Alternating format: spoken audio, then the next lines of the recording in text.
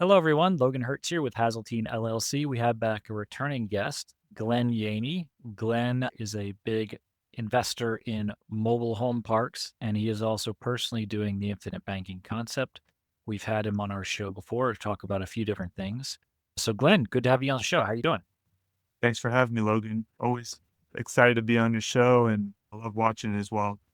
Excellent. So, there's two topics that a lot of people who have memes like to hear about. One is, of course, the infinite banking concept, which is the primary subject of our show and what we do as a business for our clients. The other is real estate. A lot of people like to invest in real estate. A lot of people have achieved financial freedom through real estate. Some people do real estate on the side as extra income and tax benefits and so on. And so Glenn obviously is doing both. So a lot of real estate investors will combine the benefits of becoming your own banker via the infinite banking concept with real estate. And there's a whole host of different ways you can combine those two. There's no one right or wrong way to do it. A lot of clients have used policy loans to finance some or all of various properties that they've purchased. They benefit from the property and they benefit from being the bank to finance to purchase that property.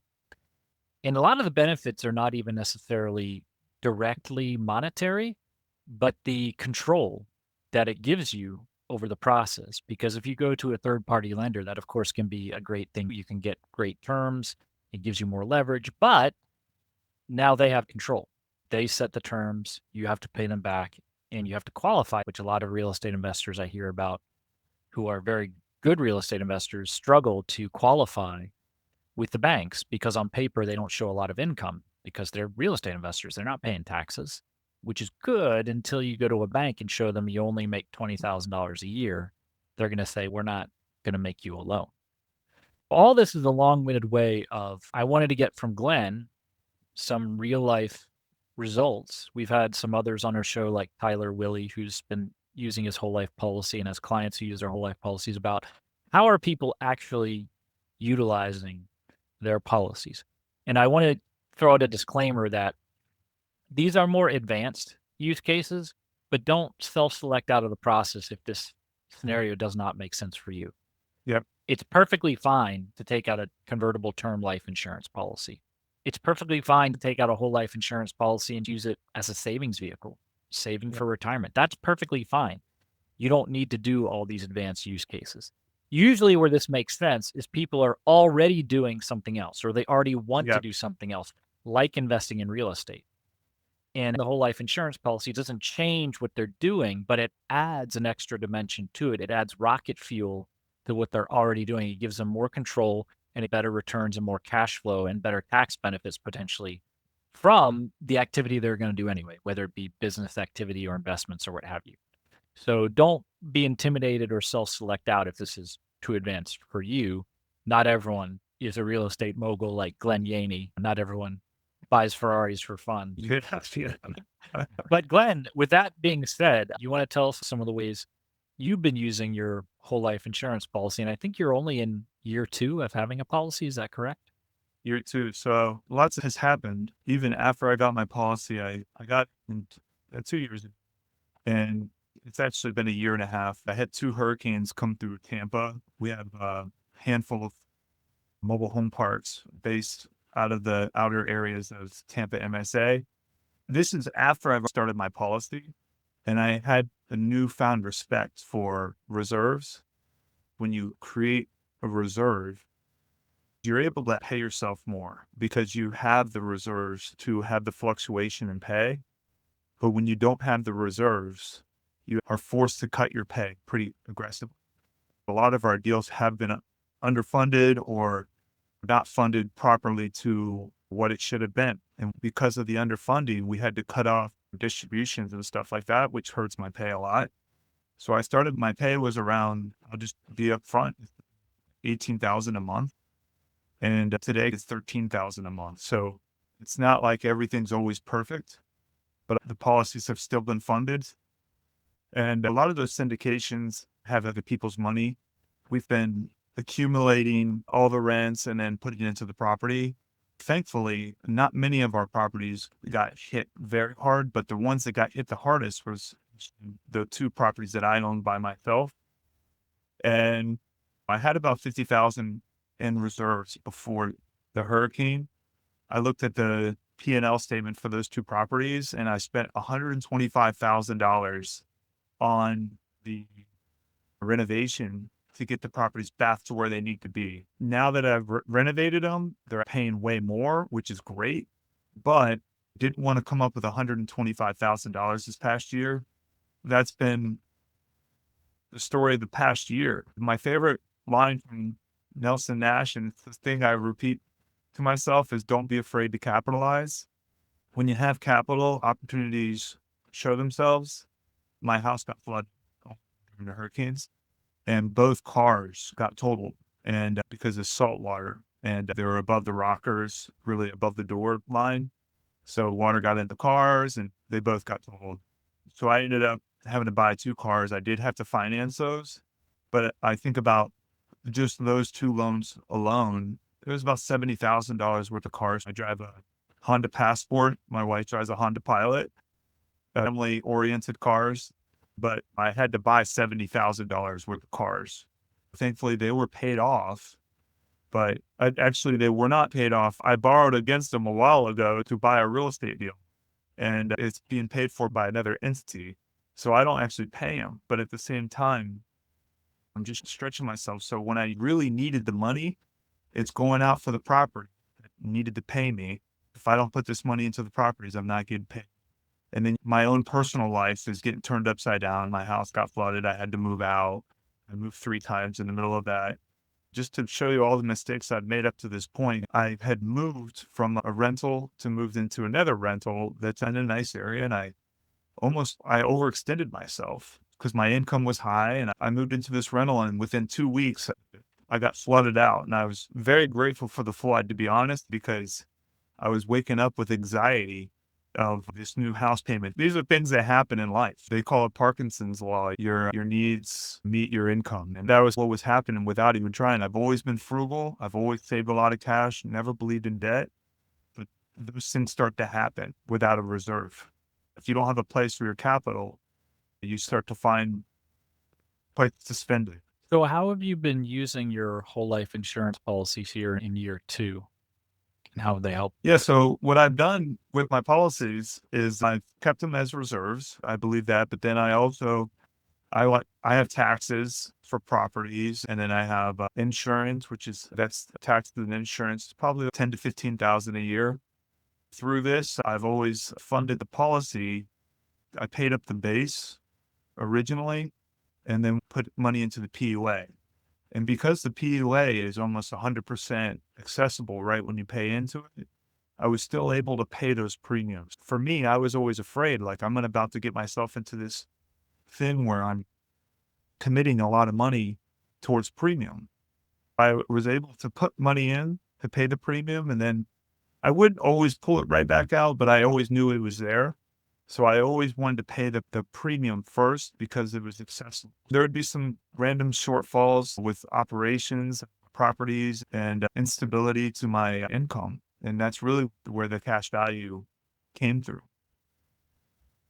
Yeah, I think the number one hurdle we have to get over mentally is we have to stop viewing the premium payment as a liability. It's not a liability. It feels like a liability Yes. because it feels like every other payment that we have. It feels like I have a bill coming due and I've got to pay it. But really, what it's allowing us to do is to take those dollars and prevent them from escaping our personal economy. Every dollar that is outside of our life insurance policy is a dollar that can escape. Every dollar that is inside our life insurance policy is permanently captured, will never escape, and will earn for us tax free from now until the day we die. Not to mention all the other benefits it's giving us: death benefit protection, long term care protection, creditor protection, peace of mind, all of those things. So, really, we shouldn't be worried about paying too high of a premium. We should be worried about paying too low of a premium. But it takes time to have that mindset shift. It happens more easily once you're already doing it and you're starting to see your policies mature, because the first year is the worst year from a cash value liquidity standpoint. I would argue it's the best year overall, but it certainly feels the worst because you have to give up the most liquidity. Whatever you pay in premium year one, you're not going to have that much available to you in cash value. Whatever you have available to you is going to be less than what you paid in. But over time, as your policy matures, now you can pay in a $10,000 premium and see your cash value grow by $12,000 immediately. That's when people really start to get it, when it starts to click and they start to realize this premium payment is not really a liability to me. It's actually a privilege. And it's a privilege that I have to qualify for. I cannot just go out and do it. I have to qualify based on my health, my income, my assets.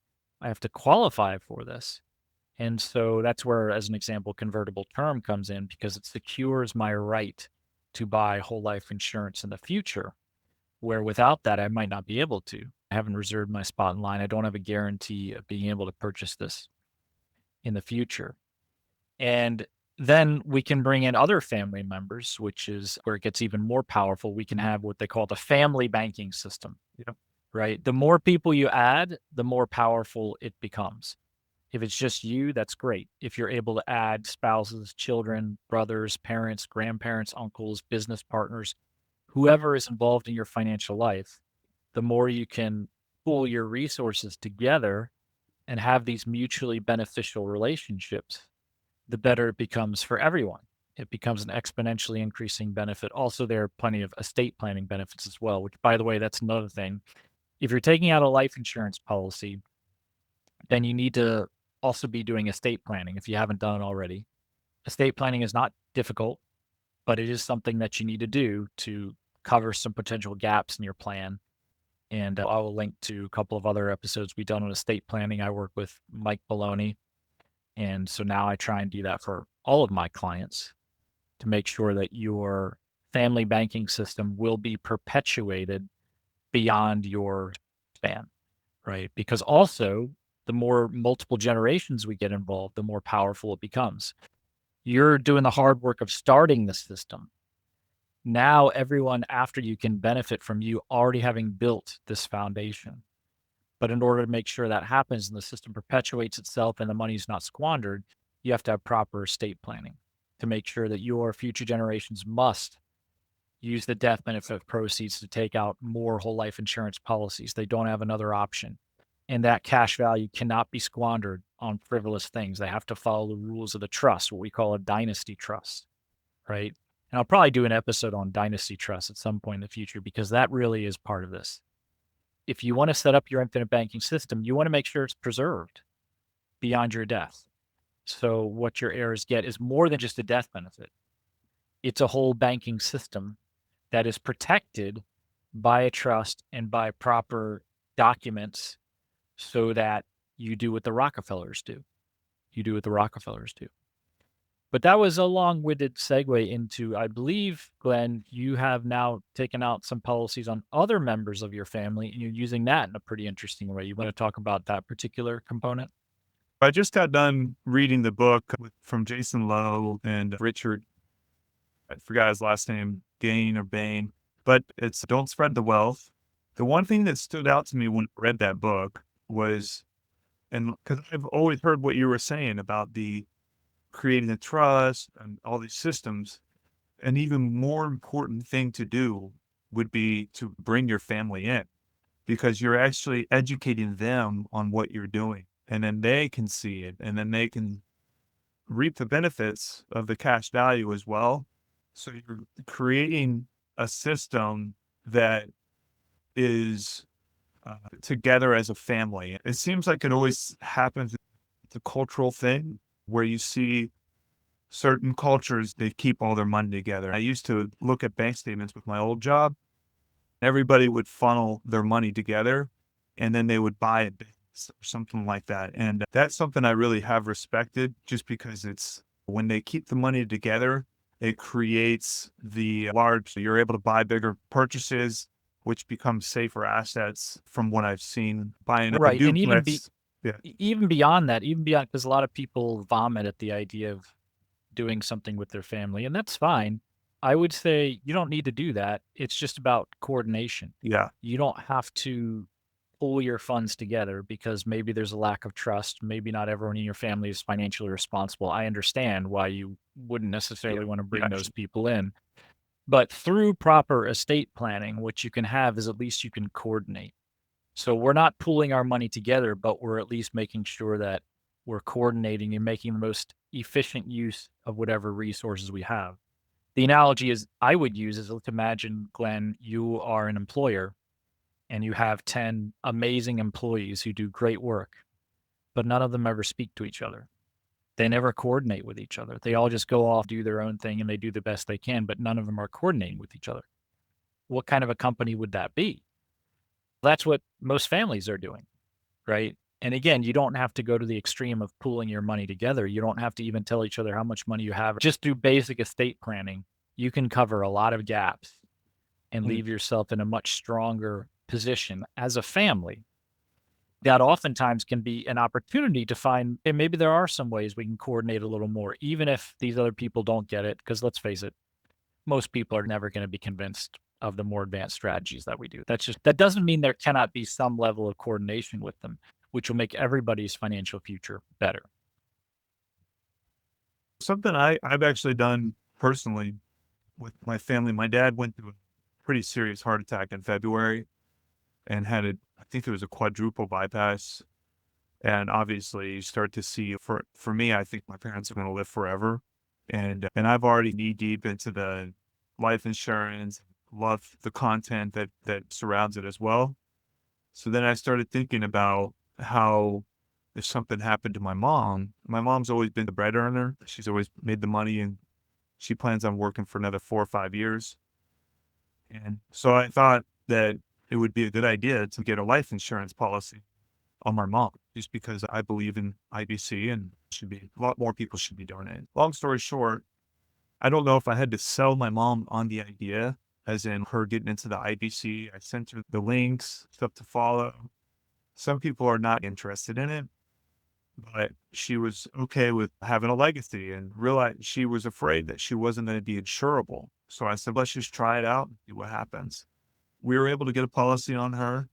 My mom also has given me some money to invest in real estate or and what I do with her funds are really be as safe as I could possibly can. And I always try to keep them in a liquid place because I don't ever want it to be a thing at the dinner table where if she needed the funds, I couldn't give it to her.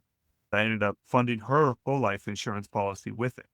And then I paid her a return on the money. I pay her something that you really couldn't get anywhere else. It's a family return is what I would call it. How did you structure it? Did you structure like your mother makes a personal loan to you and you pay her interest on that? Or how did you Yeah. structure it? Yeah. So it's pretty much And it sounds like she can call the loan on demand. she just has to give me a little bit of time. But yeah, the money in her policy is liquid. There's going to be a day when she retires about 5 years from now. The big expense that people, and I know it's always brought up during the IVC process, but you're still going to buy vehicles. If you retire at 67 years old or 65 years old, you're gonna have to buy vehicles, healthcare, go on vacations and stuff like that. So it was like I wanted to put as much as I could into it to make sure that those things were taken care of as well.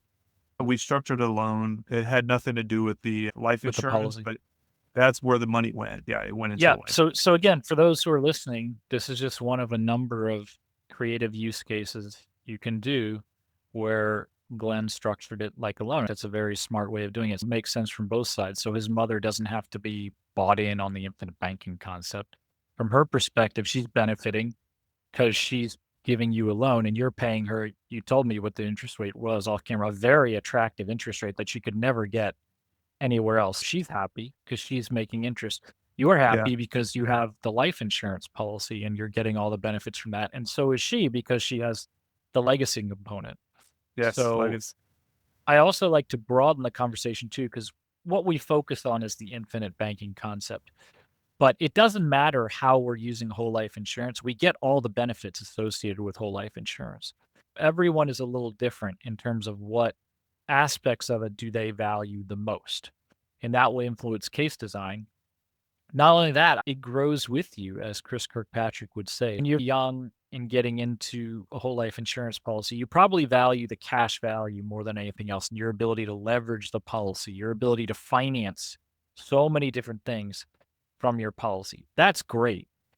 As you age, you start to appreciate other things more, like the death benefit protection, the peace of mind that that gives you, knowing that you have this death benefit that will be paid. The long term care protection as you age, another thing that can be very helpful, knowing that if I have some medical expenses later in life, which is unfortunately very likely, I can use that death benefit, not just the cash value, the death benefit to help defray those costs.